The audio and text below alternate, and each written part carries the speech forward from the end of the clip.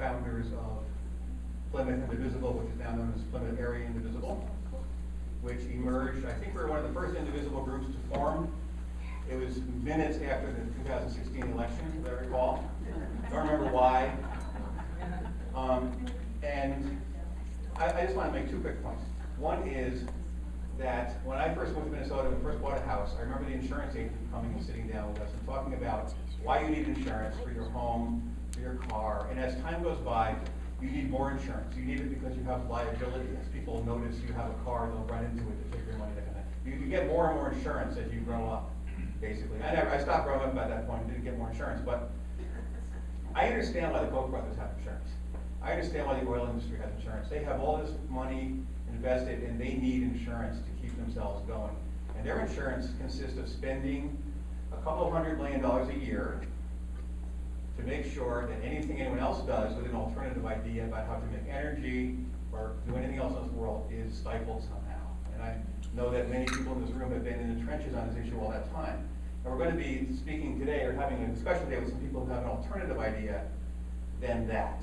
And part of that is what has been written up in Jane Mayer. You all know Jane Mayer because she does a lot of stuff in New York. Her book, Dark Money, and Nancy MacLean's book, and both Democracy in Chains, and they're both in the back for you to buy copies of. I think it's a form of raising money is part of that, right? The other thing the other point I want to make is, yeah, so that cost. That cost. 15 if you got it. So I moved to Minnesota and moved to South Minneapolis. And I discovered that South Minneapolis, I didn't know this, South Minneapolis is the hotbed of radical politics in America. It really is. I lived in Cambridge, Massachusetts, okay? And South Minneapolis is more like that than Cambridge, Massachusetts. Seriously, it is. Then I moved to the suburbs, and I'm really glad to see a bunch of people from South Minneapolis here to come and tell us, oh, here, who's from South Minneapolis or St. Louis Park, which is the same. You guys are, yeah. So a lot of people, this is our largest number of people from the city to come to a Plymouth area event, I think. And so that's worth noting. So please consider also 350, MN 350, and move to Amanda, our representative here as well. They've got tables over there. And also want to point out that Ginny Cleaborn, our representative from 44A, which is the next district up, is here as well. Thanks for coming. Some people don't have town halls. We can't get away from these representatives in these districts. We can't get just like talking behind your backs. They're always there. I'm watching you, Greg. We're watching. So I'm going to introduce Terry Burke, who is from St. Louis Park, and who's a longtime activist and has been involved in. She'll tell you what she wants to know about herself, but who's going to then introduce some other people, and then is going to sort of roll up into this interesting discussion from that point. And I'm going to go over the computer because I have something to do over there. Okay. Thank you. Thanks, Greg. And it's been a thrill to work with Indivisible in the last few months, to meet Clara and Clarence and have more people on our protest lines. We moved to St. Louis Park 12 years ago, and if we would have known, we would have moved to South Minneapolis. But here we are, and I'm representing the Minnesota Alliance of Peacemakers. It's a coalition of about 60 peace and justice groups, mostly based in the Twin Cities. We've been in existence since 1995, and we meet monthly to discuss the issues of the day, what we can do. It's a good place to network and meet other activists. We're the second Tuesday of every month at 11 o'clock at Walker Church on 16th Avenue in Minneapolis. So please come and join us someday. It's a great place to get inspired to do more activism. I'm honored to be the introducer tonight of Polly Kellogg. She's a 25-year social justice professor at St. Cloud. But when she retired is when she really became active. And we worked with her on peace projects, but she also was an early Occupy activist, was very supportive of the Occupy movement. And one of our memorable events, Polly and I would sometimes be billionaires in actions at the Capitol or on the streets of Minneapolis. And a few years back, we went to the Capitol. We didn't know then that ALEC was a Koch brothers entity. We just knew it was a terrible organization. The American Legislative Exchange Council which takes legislators off on these fancy, schmancy resort retreats and tells them what horrible Koch brothers bills they should push through. It's a national organization and it's very effective. So we went to the legislature and tried to see as many of our representatives as we could and thanked them for joining ALEC. You know, it's a satirical kind of little YouTube video event. And this is a clip of Polly trying to talk with one of our legislators in St. Paul. Senator. Are you a member of ALEC, American Legislative Exchange Council, where these bills are written by corporate lobbyists? Thanks for coming, ladies. Sure appreciate it. You're not going to answer any questions about ALEC? I don't need to answer any questions, but Pardon? thank you. You Please don't step what? out before I call security. You don't, what about questions? I'm sorry, will you guys call security? So we didn't get very good reception, but it was an interesting day. So I will introduce Polly. She's been one of the key people in organizing our group. We've done several forums on democracy and change. This is our fourth. So Polly Keller. Thank you.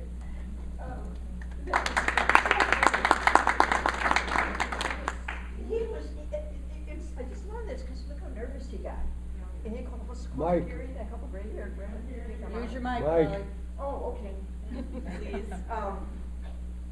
And that's how scared they are of publicity, and that is, oh, I love that you're laughing. That is our strength. You get so overwhelmed with this. I want that video clip. You want that? I want that video clip. Oh, goody, but you can do it. I'll send it right now. Oh, Is it's he on still a I'll send it legislator? to you. Yes, yes. We'll post it on Indivisible 3 too. Holly, it's because you and Terry are so scary. Yes, we are. The truth has power. Anyway, I had taught about the Kochs in their think tanks in the 90s, and I had totally forgotten about them. And we didn't know ALEC was connected with them. First couple of years of Trump, I was just overwhelmed until I read this book, and I said, oh, it's the Kochs. I know what's going on now. And it really energized me. It's a wonderful, wonderful book. But they avoid publicity at all costs. They're very scared of it because everybody knows their name has a bad name. So as Nancy MacLean says, it's just a matter of exposure.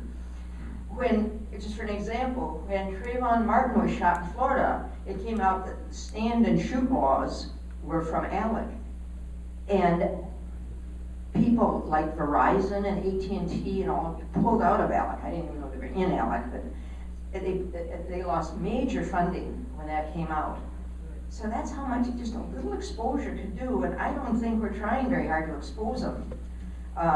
So I think we have a lot of, we just have to get a good message out and get it together. I don't know if the Democrats are going to do it. I hope so. I think it would be a winning thing, but it might have to start with direct groups, like grassroots groups, to get it going. So I want to thank Clara again for organizing, and her wonderful, upbeat, and informative emails were very energizing in this process. And it's a great honor to be with Indivisible. You are a real bright spot in our country, and the talk tonight will underscore how critical your work is. It really is a great time to be a progressive. Our issues are very popular. We're really coming into our own. Now, most people in the country know the billionaires are a problem. Some of them are realizing they got to run to office to keep control of things. And this is in a country that never talked about class until 8 years ago when Occupy talked about the 1%, 99%. So this is a big change. We've had Bernie Sanders and Elizabeth Warren leading the pack of the Democratic candidates right now. And did you hear that Bill Gates texted Warren and said, I would love to sit down with you and discuss the solution to the problems of extreme inequality. So this is a huge rise in consciousness that we can build on. In Democracy and Change, it really inspires activism because it documents the sneakiness of the Koch playbook and their truly revolting goal of total oligarchy. That all the chaos and destruction we feel around here is part of their plan. And I'll describe that a little bit more. and you understand the plan, then you can, it's really good for your sanity and understanding the news, and it can also focus our work and shape our communications, because no matter what concerns you, there's a good chance the Kochs are behind it. You know, if we realize that, we realize we all have a common enemy, whether you're working with Citizens United or climate or racism, wages. They're the problem. They are the most extreme and most brilliantly organized of the billionaire class. For example, I was wondering why student debt got so high to be $1.5 trillion. How did this happen? And I was reading Democracy and Change, Chapter 7, rereading it. And in 2010, they started raising the, going into states and raising the cost of state tuition and cutting student aid for low-income students. And they were just doing it not because of a budget shortfall, because they believed that the schools should be turned into top-down, corporate-run, where faculty and students obey the administration, and the students should pay the whole cost of their tuition. And I've been working with students from Metro who, they're suing like crazy. The Students of Color services got cut there. And I smelled that it might be part of this scheme. You never know for sure, but it sure does fit the playbook. And so a little bit about how this happened. Nancy MacLean is a historian of social movements, and she was researching in 2013 the school voucher movement in the late 50s that was privatizing schools for white kids to avoid desegregation, and actually was closing schools, the public schools in Prince Edward County. So for 5 years after Brown versus Board of Ed, the black students had no schools at all. Now that is who they are, and it's just hard to comprehend. So anyway, MacLean happened to get into an abandoned center of the leader of this movement, James McGill Buchanan, at George Mason U in Fairfax, Virginia. And here she found a cluttered archive of rooms full of abandoned papers. And she picked up a few and she looked at them, and it was correspondence with Charles Koch. And she just sat down and started to read. She knew she had a treasure trove. Buchanan was the wacky economist who taught Koch to be ruthless, to be secretive, to take the gloves off, and never compromise. And Koch actually in '97 moved from Wichita to Virginia to join his center. So this was a very special treasure trove of intimate documents of the inner circle of the Kochs, and she blew the doors open to the unknown history of the relentless campaign by the radical rich to eliminate unions, suppress voting, and privatize everything from healthcare to public schools. There would be no schools, there would be no Social Security or Medicare. Ultimately, they want to take over the country, the Constitution. They want to change the Constitution to make their takeover of the country permanent. And they're dangerously close to that now. They have 28 states. They need 36 to call a constitutional convention, which would be an utter disaster. And Minnesota and Wisconsin are targeted as states now. To get that, we got to follow that. If you think this is crazy and outlandish, in 1981, this economist Buchanan himself took a very quiet trip down to Chile to help them with their constitution and to lock in. Am I too close or too far? You're good. It's good? Okay, close is good. So that when the new socialist president was elected a few years ago in Chile, she was shocked to find out the Constitution wouldn't let her do a thing. And it required a 2/3 majority for everything. And this month, Chile has been erupting in protests, amazing protests against this.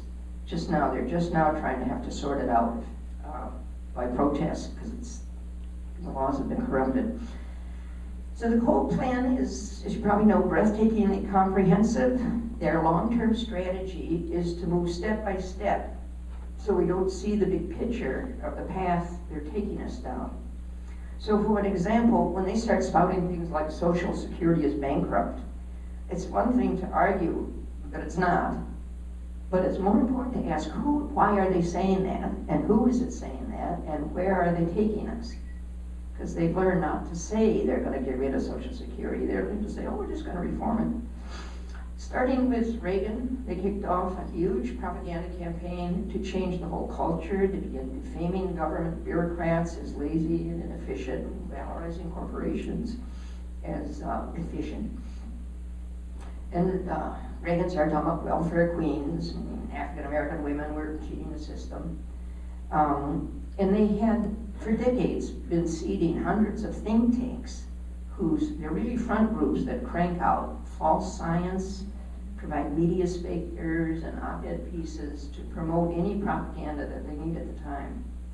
And in Minnesota, we have 3 of those local, 160 local think tanks in the states that kind of push the ballot legislation. But we have 3.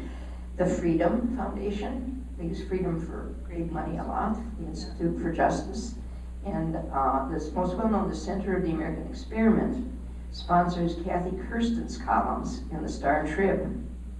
And she went after the Edina schools, claiming their diversity was hurting their schools. And did we find someone to talk about that later? Or, let's see. I don't see it. We'd love to hear it, yeah, next time. In addition, Koch programs have trained hundreds of judges, lawyers, and journalists at these junkets to resorts. Their efforts are so ubiquitous, they're dubbed the Kochtopus, or a shadow government, or a fifth column, for lack of a better word, because they're so secretive. And we need better language. If we're going to expose this, we've got to have a little think tank about what to call them and work on our message. They're larger than either political party, and they focus on changing the rules. They just got hold of the Supreme Court, which is now to the right of 90% of Americans. And Trump's going to appoint 150 lifetime judges, federal judges.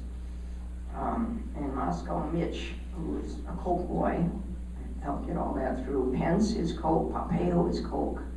We need to name these guys. One of the slides on the Kochtopus graphic at the beginning had about 20 of them up there in the GOP. MacLean points out that a quiet transformation has been underway that Trump distracts us from. She quotes an administration official who was talking to CEOs of oil and gas corporations, and he said, "One of the thrilling things I love about working in this administration is that the president has a knack for keeping the attention of the media and the public focused elsewhere, so that we can do all the work that needs to be done." They're ruining the climate. Now they're going to cut food stamps this week. You know, you're going through Facebook and you see they're going to cut food stamps, and you're buying. Where is this coming from? Unless you hook it onto that's the plan, it is just much saner and less chaotic if you see what's going on. The Kochs are hidden. Every time you go down Hastings, you see the refinery down there. It has no sign and no name, and we've never protested there. And we should get it on the agenda. Their long-term strategy really is to install an oligarchy, a private governing elite of corporate power, freed from public accountability about pollution, wages, or anything. James Buchanan advised that conspiratorial secrecy is at all times essential to mask efforts to protect the wealthy elite from the will of the majority. The notion that elites need protection from the majority is based on the big lie that the rich are the makers of society, the worthy people, and that taxes are a form of theft, whereby the government robs them to pay for services for ordinary people who are the takers, the parasites, the moochers. Mitt Romney let that slip and lost the election. And again, secrecy. If it's out in the open, they're sunk. So their secret plan is to eventually take enough power to abolish all services, including Medicare and Medicare and Social Security. And because they know people aren't going to go along, they have to get rid of majority rule, any form of people power, democracy. That's why the hard right cabal are attacking our election integrity and the three checks and balances, the courts, the legislatures, national and local, as well as the executive branch. And they're frighteningly close.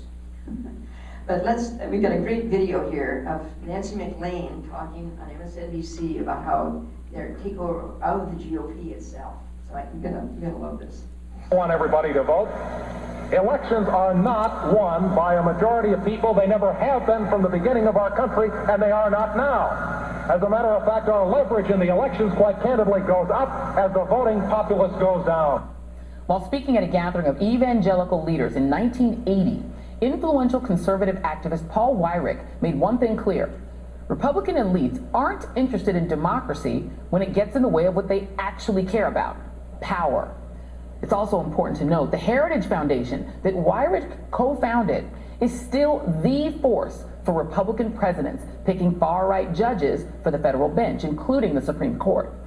It's clear that Weyrich's far-right political philosophy remains at the heart of Republican politics. So as Democrats consider whether or not to impeach Donald Trump, they must first understand exactly what they're dealing with on the other side of the aisle.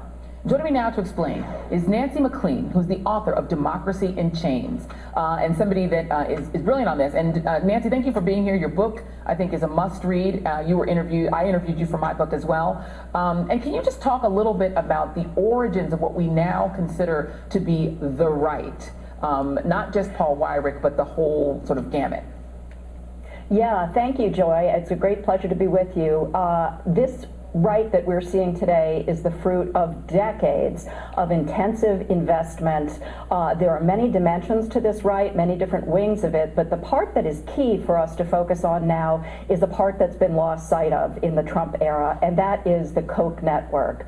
We would not have Donald Trump in the White House today had it not been for the mobilizations of the Koch network and had it not been for the way the Koch network essentially decided in about the late 1990s to turn the Republican Party into a delivery vehicle for its radical right agenda.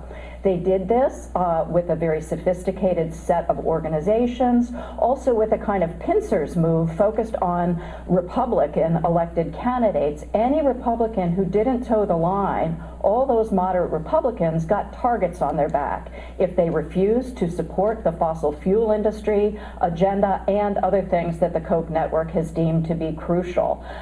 So what we're seeing now is a party that still has the name of the Republican Party, still seems like a major party, but it's actually been all but inhabited and hollowed out and retooled by this Koch donor network in a quite frightening way. We have never seen anything like this before in our history, and it's something that we really need to get a handle on. Yeah, and this despite the fact that the Koch brothers themselves, I should note, did not support Donald Trump for election in 2016 themselves personally. But you touched on something that I did want to ask you more about, because the way that Americans tend to think about the right now is that it's very much focused on religion and abortion, and particularly their determination to take over the courts. But you write about the extent to which even that faction of the right is mainly concerned about oil, about the wealthy, and about keeping resources out of the hands of people who are not rich. Can you talk a little bit about that?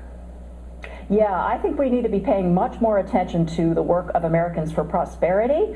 For example, the Koch's main ground game. It is true that the Kochs didn't support Donald Trump in 2016, but what they did do was make the Republican field, the rest of the Republican field, so toxic to the Republican base by the agenda that they were carrying, which was the radical right donor agenda, not something that was popular, that he kind of was able to fill the vacuum and call the others puppets, and that resonated with people. You know, we tend to forget that because he's been so outrageous on so many other things, inciting, you know, bigotry of all kinds.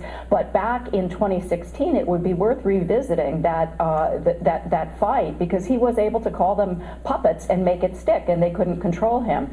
But we do have data, people have done the research to show he would not be in the White House were it not for the ground game of Americans for Prosperity trying to make sure that they held the Senate.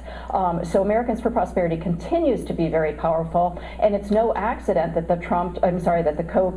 Koch chose Tim Phillips, who came out of the religious right with Ralph Reed, to head Americans for Prosperity. So what they're doing is essentially herding those religious right voters into a broad tent that has the things the Kochs really care about, which is, as you say, protecting the fossil fuel industry by stopping any action on climate change. And in order to stop any action on climate change, they have rendered our democracy dysfunctional. They have made it so that compromise is heresy in the Republican Party, so that any Republican who tries to do what elected officials in a democracy must do, which is make compromises, give some, take some, work together, they've made that heresy. And I'm afraid that journalists have dropped the ball too in following up with the Republicans who have fled this party, who know what's going on. When John Boehner left, he said the Khmer Rouge is in charge now, right? Wow. Like the most ideological people. He said Ted Cruz is Lucifer in the flesh.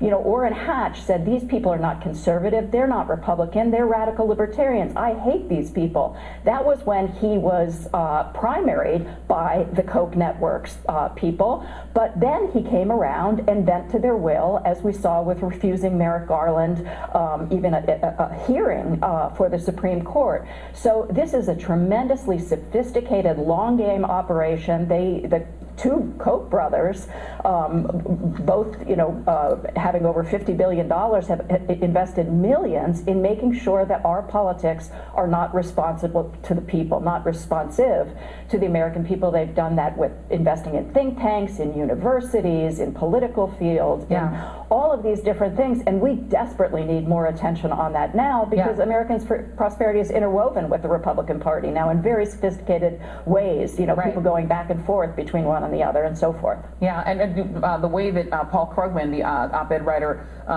wrote it is that Republicans don't believe in democracy. He wrote that when Democrats win an election, the modern GOP does its best to negate the results. We just saw that in North Carolina, where they tried to, they played a trick to not let the Democratic governor, his veto stand on a budget bill in which they were denying health care to ordinary North Carolinians. They said they flout norms, and if necessary, they flout the law to carry on as if the voters hadn't spoken. But when it comes to voters, the way that Republican base voters, the beliefs that they have been fed on for the last 40 years, 50 years, if you look at the polling, the question of do you support decreasing federal spending on assistance to the needy, Democrats, only 6% say they report decreasing aid to the poor. 37% of Republicans, it's still a minority, say they support decreasing aid to the poor. When asked, do you support decreasing federal spending on government assistance to the unemployed? Only 10% of Democrats say that that would be okay to do, but 44%, still a minority, say that they would support decreasing that help for those in need. Do you support decreasing federal support spending on health care? Only 4% of Democrats say that they support decreasing spending on health care. 35% support decreasing federal spending on health care if they're Republicans. But what's interesting to me about those numbers, Nancy, is that they pretty much mirror Donald Trump's support, his share of the electorate. Yeah, I think that's absolutely true. It's interesting, though. I'd like to focus a little bit on the majorities that were, implicit in what you were saying. The majority support, actually across parties, for a whole range of things. For, ensuring clean air and water, for higher taxation that's more progressive and fair to support our schools and our teachers. You could go through a whole range of things and find majorities on both sides. And that is why this Koch network has mobilized in the way that it has, because it understands that its agenda is terribly unpopular. And that is why they're flying under the false flag of conservatism. They're not conservatives, they're radicals. And they used to be honest about that in the 1970s. I wrote about it in the book. You can find it in the documents. They're radicals, but they have managed to bend this party to their purposes and to convince these particularly white evangelical voters that they're on their side. And they have Supreme Court candidates and other judicial appointees Right. who will carry the donor's political economic agenda, the main policy agenda, while also appeasing the religious right voters. But in the end, the religious right voters will lose like everyone else, because they don't realize they are being used to move an agenda that is going to ultimately seek to privatize Social Security, to privatize Medicare, and to change our Constitution to lock in all the radical changes this Koch network wants. And if the young people said in the climate marches, we have no planet B, they are stopping action on the climate. That they are absolutely determined to do that. They've done it again and again.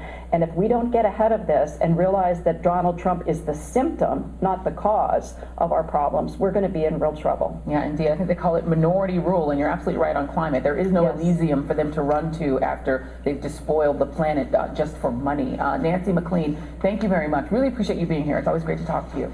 So good to be with you. Thank you. And a quick note before we go. On Saturday, we did a story on impeachment and mentioned. Just a correction. Any reactions? Yeah. It's very frightening to me that in 3 years, what has happened has happened. And I work within Senate District 48, which has 3 Democrats elected in what had been a very Republican district.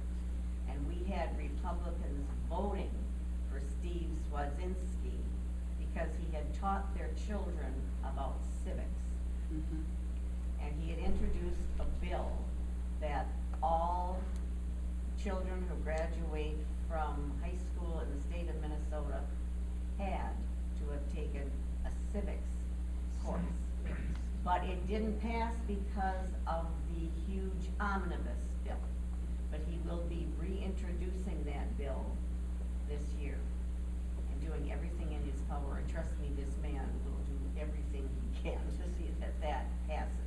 And this may not seem related, but it's totally related. They don't want people to know about the Constitution, about the history, about the framers, about what happens when it is not looked at as the basis for our democracy. And it's just scary as hell to me. It is. Yeah, the folks now say they're pulled out of the Republican Party after the blue wave, and they're going to go into K-12 education. They don't want collectivism or socialism discussed, or climate change, I'm sure, or civics. And they're also going to look for Democrats who want a little money. They would buy. They just announced they're willing to buy off Democrats now. So they're very slippery. But that's a really good point. They are smart enough to know how important K-12 education is. Yeah. Just to piggyback on that, I was driving over here listening to NPR, and they were telling, they were saying that a lot of kids can't read now. It's amazing what they've done in the last 3 years with this Trump chaotic news cycle. Steve Bannon, an advisor to Trump, said, well, he was just talking, he said, don't worry about the Democrats. The media is the worst problem, and the way to deal with the media is to flood the airways with shit, his words. And it's an old propaganda technique. Russia does it. The CIA had them doing it in Latin America. Just make the front page of your paper look like the National Enquirer, so people can't think. And then compounded with the disinformation on the media, on the Facebook that young people are getting. It's very scary. And Terry's going to talk about disinformation in February. You know, the countries that have figured out how to educate it that I know of are Finland and Ukraine, because they're right next to Russia, and they've been dealing with their propaganda for so long, they're on it. But the schools need civics and how to sort out truth from reality and fantasy. And I do have to say it also is a positive thing that my 11 and 13-year-old grandchildren have been educated about climate strategy. Paul Krugman in here, in another, he says the Republicans don't believe in democracy, but he doesn't then ask why or what do they believe in. And in another article, he puzzled Why has the Republican stand on public health care gone from being ruthless to being pathological? Well, Paul, Nancy MacLean has an answer for you. The GOP is pathological because they are pathological. It's pathological to diminish healthcare. It's pathological to destroy the climate and the truth and factuality. It's pathological to and fascistic to hold kids in camps, in cages, and forget where their parents are. It's pathological to defame and defund public education. Nobody in their right mind would do that. It's pathological to want to install an oligarchy of kooky billionaires. Okay, and all this is based on a pathological philosophy that James Buchanan in 1986 won a Nobel Prize in economics for. And it goes like this. He theorized that everybody is 100% selfish, politicians to social workers, there's no such thing as the Good Samaritan. And when he got the prize for this nihilism, it gave a veneer of respectability to what was clearly a very kooky far right before that. And it gave a pseudo-moral rationalization for capitalist exploitation, which is probably why I got an award. If the social workers are selfish, the captains of industry can be selfish too. And it's completely a dog-eat-dog world, so have at it.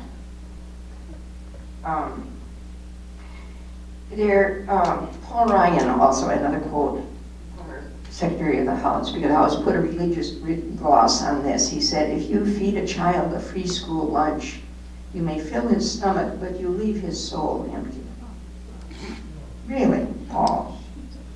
You give a multi-trillion-dollar tax break to the multi-billionaires, and you're just returning their righteous wealth that these hungry kids are trying to steal from them. And see how, if we can get this out, and this is their own quotes that she uses, because she got all that documentation. They want to demolish government. And I saw in this wonderful slideshow that Claire unearthed this afternoon, a picture of David Cole ran in 1980 on the Libertarian Party for president or something. And there's a picture of him standing with a list of the federal offices that he's going to demolish.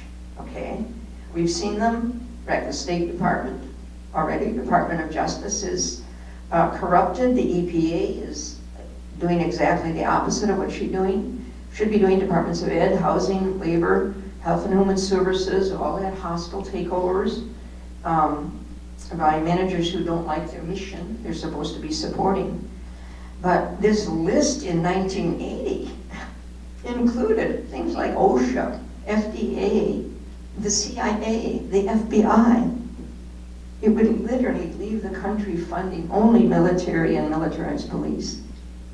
When I saw that this afternoon, again, sometimes this turns your stomach, but that's what's important. To try to, they really are wacko. They really depend on destruction, and destruction of truth, thinking, the media,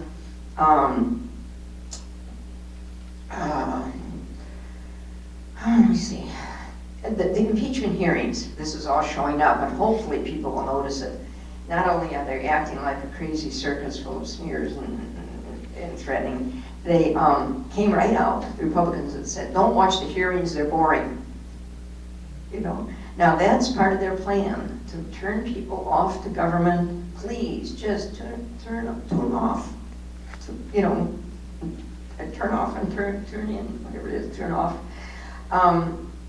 They want to disengage people, and we have at all times got to keep reminding ourselves, this is a radical right coup that we're seeing. And they want to destroy it all, take it over, install an oligarchy. Only the Koch's inner circle knows what the end game would look like. But Taylor Cohen wrote about it. He'd been 20 years director of that Buchanan Koch Center at George Mason University. And he wrote, people will be expected to fend for themselves much more than they do now. And while some will flourish, others will fall by the wayside. And while the worthy individuals will manage to climb their way out of poverty. That will make it easier to ignore those that are left behind. We plan to cut Medicaid for the poor, and those who've had their government benefits cut should pack up and move to Texas, where the housing's cheaper, and they can live in shanty towns like people in Mexico and Brazil. Now, if Trump supporters knew that was the plan, nobody's going to support that. They're not undoing civil rights and the New Deal. They're going back 100 years. And again, we need the robber baron era with corporations running the courts and the government. But we need an image for what it's like, a plantation mentality minus slavery. It's very, very regressive. But we get a lot of good things going now. People are aroused and getting it and organizing like never before. We know we have to organize year-round, not just around elections. And we have resources, a sense of urgency we've never had. And so many wonderful groups like Indivisible and Move to Amend and 350 and Black Lives Matter and the Indigenous Water Protectors. The teachers are marching, women are marching, the Parkland students have raised awareness on guns. Greta Thunberg really shook us up and got those Friday strikes going. And then there's the blue wave. And voices like AOC are in the House. They've never been there before. They can't be ignored. And the presidential candidates are changing the conversation about government. And we can also take heart that in the last couple months, all over the world, people are marching massively against authoritarian governments. I don't think are people aware of that? We just find it on Twitter. I don't know. And they have some successes in Hong Kong and Lebanon. And it's amazing what's happening. I think we need to step up our game and educate ourselves about this octopus and this coup. Grab a book.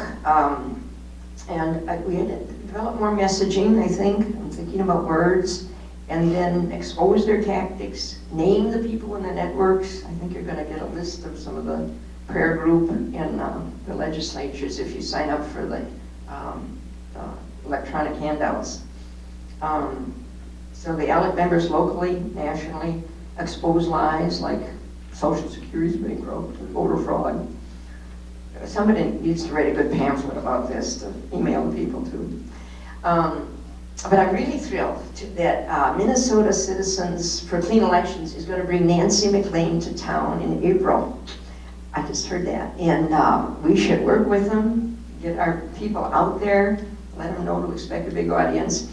And we could even have a networking conference that weekend in conjunction with her coming, because we've got to get together on this really seriously. So integrate this analysis into whatever work you're doing. At least the rising of the right has brought us together to know how much we have in common and how much we need each other. So we can do this. We're not going to let them have their way. But it's going to take some work. And thank you for all the work you do. Now I'm going to introduce Kathy Hollander next. Oh yeah, right. Mary Gelman is going next. Mary, we're in a little group with Terry called the Spotlight Team, Spotlight on the Folks, to do speaking panels about democracy and change. And Mary Gelman was in Michigan, and when Romney lost his seat, she ran for his seat and did quite well in Michigan. So you're going to get a professional speaker here. Tremendous amounts of energy.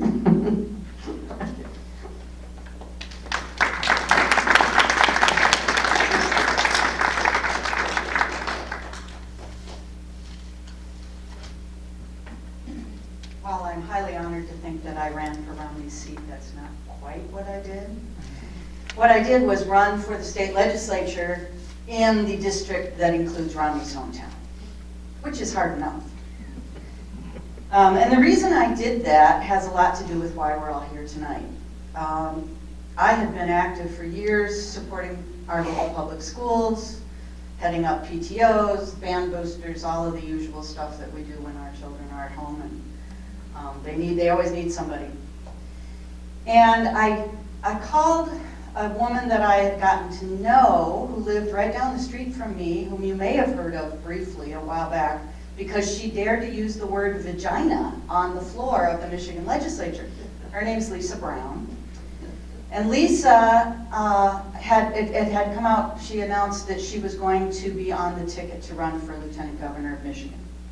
So I called Lisa simply to say, good for you, go for it, I hope you do well, if I can help, let me know how. And somehow, that turned into, we have no one to run in your legislative district, and the filing deadline is only 3 weeks away. And somehow that turned into, oh my God, what have I done? I'm running for the legislature. And the reason I was weak and easily led was because I had spent about 10 years fighting to get a school bond issue passed to build a new high school. We lived in one of the wealthiest suburbs of Detroit, and we couldn't get the funds together to build a new high school. Our high school had blue 5-gallon buckets in the halls every time it rained, literally. So when we were fighting this fight, at one point, someone opposed to building a new high school sent a single email to the Americans for Prosperity office, which immediately replied with a $5,000 check to be used as you wish to defeat this school bond issue. And I thought, what is prosperous about spending money to defeat school bonds? So I started doing a little more looking. And what I found alarmed me mightily, and the fact that no Democrat had stepped forward to run in what was admittedly likely to be a losing battle in a district that was very heavily Republican. The fact that no one was willing to stand up and make these issues part of the scenery and speak intelligently about the things that the people who lived there were deeply concerned about really bothered me. And so, as a total neophyte, I ran for the legislature. I learned a lot. I learned that I stink at calling people and asking them to give me money. Makes me very uncomfortable, and it's what politicians have to do all the time. I'm seeing, yeah, she's nodding, yeah, it's just the way it is, and it's nobody loves it, nobody. However, I learned that going door to door to thousands of people gives you a really fabulous opportunity to both espouse what you think is important and to listen and hear what other people think is important. And what I heard from this largely Republican district did not in any way match up with what was happening at that time in Michigan. Michigan at that point was what I like to refer to as fully coked. We had both houses of the legislature, the governor, and the Supreme Court all controlled by the Republican Party. The DeVos family of Amway fame, and I know, guys, we gave you Betsy. I did everything I could to not let that happen, but there she is. That's where we were coming from. The DeVosses actually control the Republican Party in Michigan, almost exclusively. If you don't toe the DeVos line, it is publicly said that they will put up 6 figures for a primary opponent for you. So that's pretty forceful. Our schools the funding for public schools had been declining for ages. We had gone from 3rd in the nation for public education to something around 41. And we were jokingly referring to ourselves as Mississippi. They had unleashed unlimited numbers of charter schools, which were run, 81% of which were run by for-profit entities. And then they introduced online education, which conveniently the DeVosses were invested in. And they said that a kid in Michigan could go all the way through their high school degree online, even though educational research says that 80% of children can in no way, shape, or form absorb curriculum that they need through high school by taking it online. So these things made me crazy. I'm from a family of educators. I think public education is what separates us from so many things I don't want to think about being. And then they came up with a law called the Emergency Manager Law. And you guys may have heard about this, but I really think it's important to understand how this worked. The state of Michigan declared that if a school district or a town, a municipality, was in the red, thereby demonstrating that they were incapable of running their own affairs, the governor could appoint, nobody else controlling this, the governor would appoint an individual to make all of the decisions for that entity until such time as they were once again in the black. Now, the first thing they did was they took over all the Detroit schools, and it was called the Education Achievement Authority. I take it back. They didn't take over all of them immediately. They took over a subset. And they mucked them up worse than they had started. It was horribly painful to watch. They introduced uncertified teachers. They brought in all this online stuff that was basically in beta test. If you're a computer person, it's like not really well baked.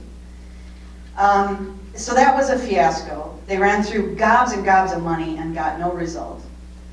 And then they took over places like Flint. And Flint, of course, had been deserted. If you've watched Michael Moore's first film, Roger and Me, Flint had been deserted by GM. So they were on their knees. It's a sad story of the Rust Belt. But Flint was operating in the red, and they appointed an emergency manager. And that emergency manager immediately started looking for ways to save money, and he said, why are we paying to get water from the city of Detroit? They're overcharging us. We have a river right here. We're going to just pump our water from the Flint River. So they did. Nobody told them, they should have known, but that the Flint River was full of heavy metals, that the Flint River was full of pesticides, that the Flint River was full of bacteria.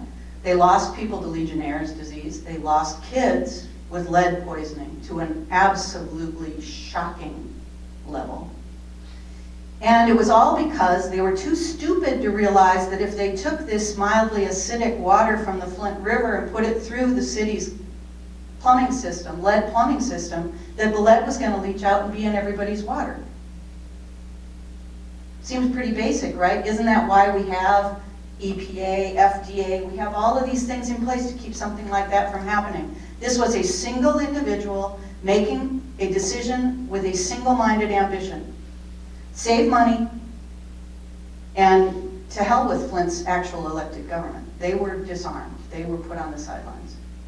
So if anybody tells you that Flint was poisoned because their city made bad decisions, please speak up for the poor people of Flint, because they did not make that decision, and they were poisoned. So we have emergency managers, we have the EAA, we have for-profit charter schools operating with a huge portion of what was previously the public education budget in the state of Michigan. And then, as if that wasn't enough, now we can override local entities' decisions with state legislation. So, for example, one suburban city outside Detroit decided to ban plastic bags. Within days, the Meyer family, another huge conservative political entity in Michigan, made a donation to the Republican Party of the state of Michigan, which resulted in legislation that said no smaller governmental entity can pass laws about plastic bags. Kind of a broad, typical thing you'd think of doing. Yes? Minneapolis didn't happen the same thing in Minneapolis. Right. And I'll bet you that it's similarly based. So another thing they did, another suburb passed a law that added additional protections for the LGBTQ population. And that was similarly overridden by the state legislature. You can't do that. A little like what Trump did with the California fuel efficiency rules. If we don't like what you're doing, we're going to just make it impossible for you to do it. The other really chilling example of this that I really want you to keep in mind, because I'm sure that we're going to see a lot more of it, is that emergency manager law, most of Michigan decided that that was a horrible idea after seeing some things that were happening. And so there was a citizen-led ballot initiative to defeat the emergency manager law. And that was successful.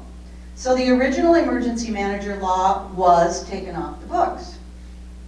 Within 6 months, the Michigan legislature passed another emergency manager law, this time with a proviso that said it could not be withdrawn by voter-instituted ballot proposal.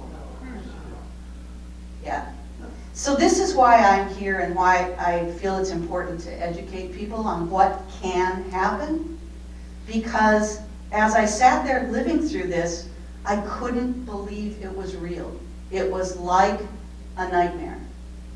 And there was nowhere to turn because the courts were stacked, the legislature were both in one hand, the governor's office, it was all the way down the road run by the Republican Party. So don't let that happen. And if it does happen, or if you see things that don't seem to make sense, like when I saw a $5,000 check against a school bond issue, or when you hear that the Edina School District is ruining their children by, I don't know exactly what the terminology is, somehow we're brainwashing them, I think. They are. As soon as I got that mailing, I was renting a house in Linden Hills when we first moved back to Minnesota, and I got that mailing because we had joined the Edina District, and I said, oh my God, here it comes. This is the same stuff we were looking at in Michigan. So be alert, be positive. I think Indivisible is one of the best things this country has ever had. I want to thank you all for everything you do and for being here, because this is what it's going to take. We've got to be smart, we've got to be active, we've got to talk to people, and we definitely have to turn this tide before it goes any further. One last thing that is really hopeful, in 2018, Michigan elected a slate of, the whole executive slate is very progressive, very brilliant women, most of whom I know quite well. And they're terrific, and things are turning around in Michigan. Michigan is still the top-rated state for government secrecy, in other words, the bottom-rated state for transparency. A couple friends of mine in the legislature have been working at that steadily and not getting it passed, but hopefully it will come. Michigan also passed legislation called Voters Not Politicians, which makes districting, puts districting in the hands of a nonpartisan citizens board, which is fabulous and took hundreds of thousands of signatures to get through. And then, of course, they tried to undo it. And they succeeded in delaying it, but not in undoing it. And that same organization that was activated to get rid of gerrymandering, we were the second most gerrymandered state in the union. That organization is now running town halls about fighting corruption. So it's a wonderful, wonderful hand-in-hand effort. And if you want to see how something successful like that happens, Voters Not Politicians out of Michigan. Another organization I want to recommend to you real quickly is the Network for Public Education Action. They are deeply concerned with debunking all of this charter and voucher kind of stuff, which is not about better education for kids, in case you haven't caught on. Pay attention, read up, talk to people, look around. That's all I can tell you to do, but I'm so grateful you're here and you're on the right track. Thank you.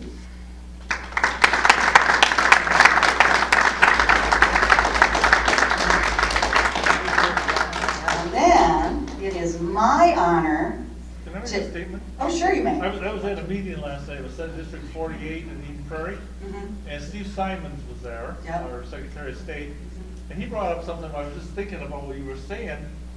We're going to have the first time in, well, not the first time in Minnesota history, but we're going back to, we're having a primary in Minnesota. Yes, as opposed to Presidential, caucuses. presidential. Right. The one thing that came out was that you have to declare a party when you go to vote, which is, we've never done this before in Minnesota, okay? Something new. And when the bill was passed, that would be made public, that you are in fact a Democrat or a Republican or whatever party you are. there was some concern about that. So the legislature then moved it down one notch, and now all the parties, there's 4 parties in Minnesota currently, because 2 of them are marijuana parties, will be given the data on how you voted in the primary. How you registered Registered, by I'm party. sorry, how you registered, I said that wrong, but it's like how you voted. Right, well, But it is, you're right, yeah. you're absolutely right, how you registered. And I just thought that's kind of an interesting, it's another little step of taking away our privacy in the state, you know? Well, It's You know, also a it's voter Steve- suppression thing because Minnesotans don't like this, and there will be Minnesotans who won't vote for that reason. So it's a straight suppression Yeah. technique. But Steve Simon has done wonderful things He has. to encourage participation. So, Yeah. you know, Well, that's what I he's think pointed it's out. one of those, I can't readily think of a solution to that. Maybe somebody will. Problematic. Yeah, I mean, over time. People could go in there and ask for a Democratic ballot and vote for the worst candidate. Right. Yes, And most states have been running that way for a long, long time. And it does happen. People do cross vote. Yeah. People could show up that were, You had to sign that you intended to vote DFL in the presidential election. You had to sign an oath saying. fortunately, we have run over time, and I beg your indulgence. But you really want to hear Kathy Hollander, because she has dedicated 6 years of her retirement to resisting new crude oil pipelines coming into Minnesota and learning as much as she can about the Koch brothers and the issues around fossil fuels. And Kathy is a great speaker as well. So I hope you'll welcome Kathy Hollander.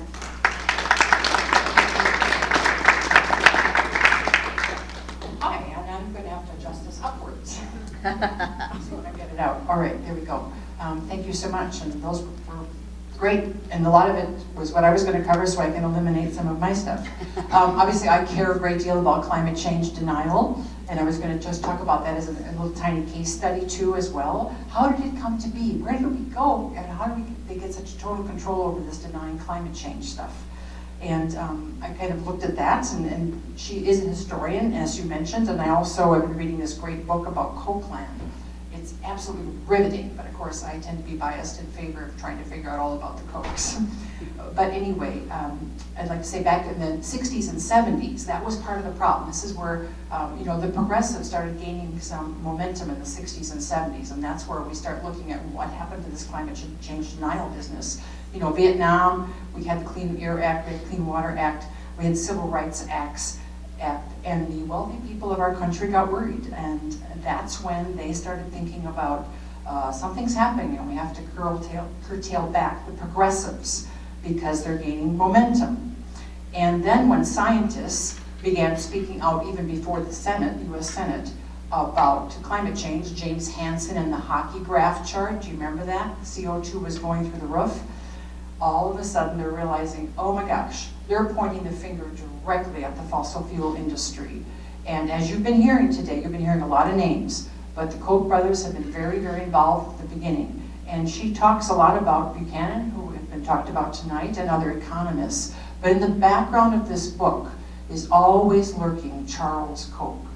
Charles Koch is the one of the sons, the second oldest son of the Fred Koch.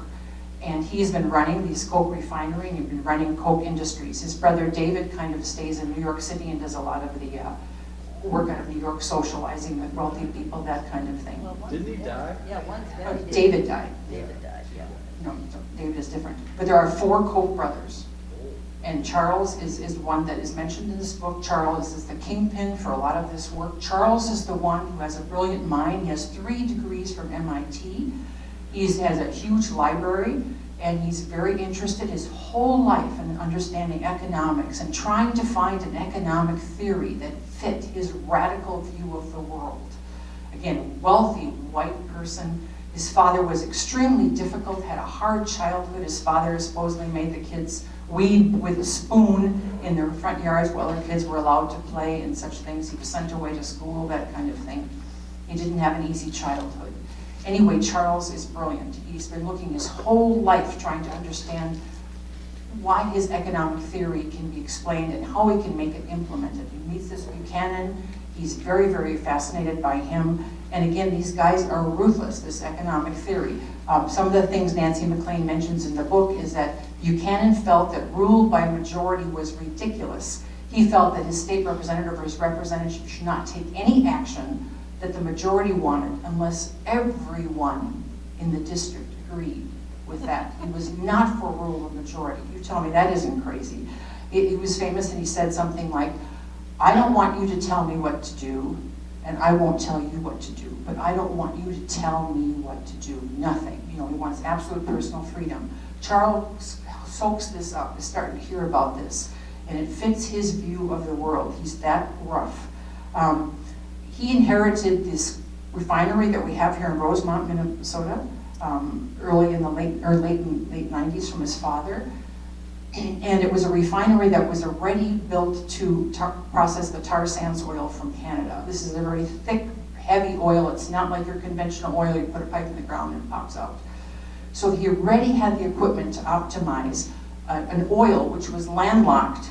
Only 4 refineries had access to it. And it's sold sometimes at $20 a barrel cheaper than conventional oil, a lot of which had to be imported at that time coming up from the Gulf Coast. So can you imagine building a building if your lumber was $20 cheaper than your competitors, but you get to sell the house for the same price? So he was selling gasoline by buying very, very cheap oil with a refinery that was already optimized for that and selling it for the same price as everybody else.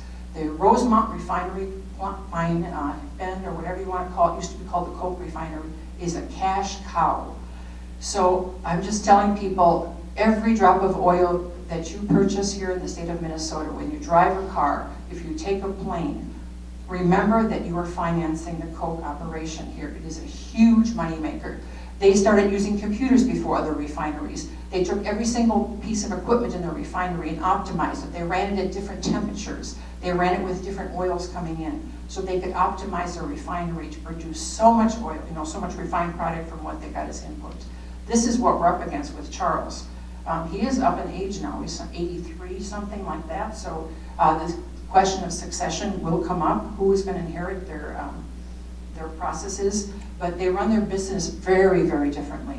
They decided to get rid of budgets, for example, at this refinery. They just let their managers go on profits. So they have different managers for different parts of the refineries or whatever, or different parts of their industries. They now also own Georgia Pacific and many other industries. And they just have their managers competing based on profits. It's ruthless, really, and the Coke system rewards people who make the most money. There are stories in that book as well about environmental disasters, like anhydrous, I can't pronounce that word, ammonia. Anhydrous ammonia was spilt on the ground repeatedly when their overflow tanks filled. You know, refineries use a tremendous amount of water. That water is going into the Mississippi River. It's supposed to be cleaned before it goes into the river. Guess what? It doesn't always work out that way. You know, again, a libertarian believes in as few government regulations as possible. So, I mean, whenever they can get around a government regulation, they're going to push, and they're going to try. When the Clean Air Act and the Clean Water Act went in, surprisingly enough, older existing refineries were grandfathered in. So they didn't have to meet some of those regulations, or a lot of them initially. I mean, surprise, this is what's happening. And then what happened with climate change denial? How did that happen? Early on, there's some theories that hard scientists like physicists and chemists, and my husband's a chemist, so I can relate to this, but were a little bit upset that suddenly environmentalists, ecologists, biologists were making statements about climate change and saying this is happening. So there was a little bit of resentment there, and maybe they put out some of the first papers saying this maybe isn't true, there's some doubt to this. But then after that, the Koch brothers and others started funding these think tanks and started funding the scientists who would be willing to write a paper saying that climate change isn't real. To make a long story short, as Naomi Klein said, you know, early on, and again, one of their think tanks warned them that up to like 97% of people at that time, or excuse me, 79, I switched the digits, 79% of voters think regulations are about right or not strong enough. When they heard those kind of statistics, that's when the Pope really started pumping money into these think tanks. And it was Naomi Klein that said, the number of Americans who believed that continued burning of fossil fuel would alter the climate dropped from 71% in 2007 to 44% in 2011. And those are those think tanks that are spreading disinformation. So what techniques did they use? We've seen this before, disinformation. We're hearing this. You know, just like saying Social Security is going to run out of money, it's bankrupt, baloney. They started saying things that were not true about climate change, like it's not happening. If it's occurring, it'll be beneficial, et cetera, et cetera. So using disinformation as a tool. Nancy MacLean also talks about how there was an organized strategy, start naming things the opposite of what they were. Americans for Prosperity, when it really wasn't the right thing they were doing at all.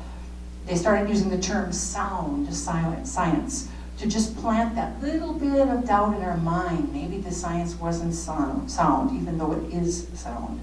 Now we have the top 7 warmest years have occurred in the last decade.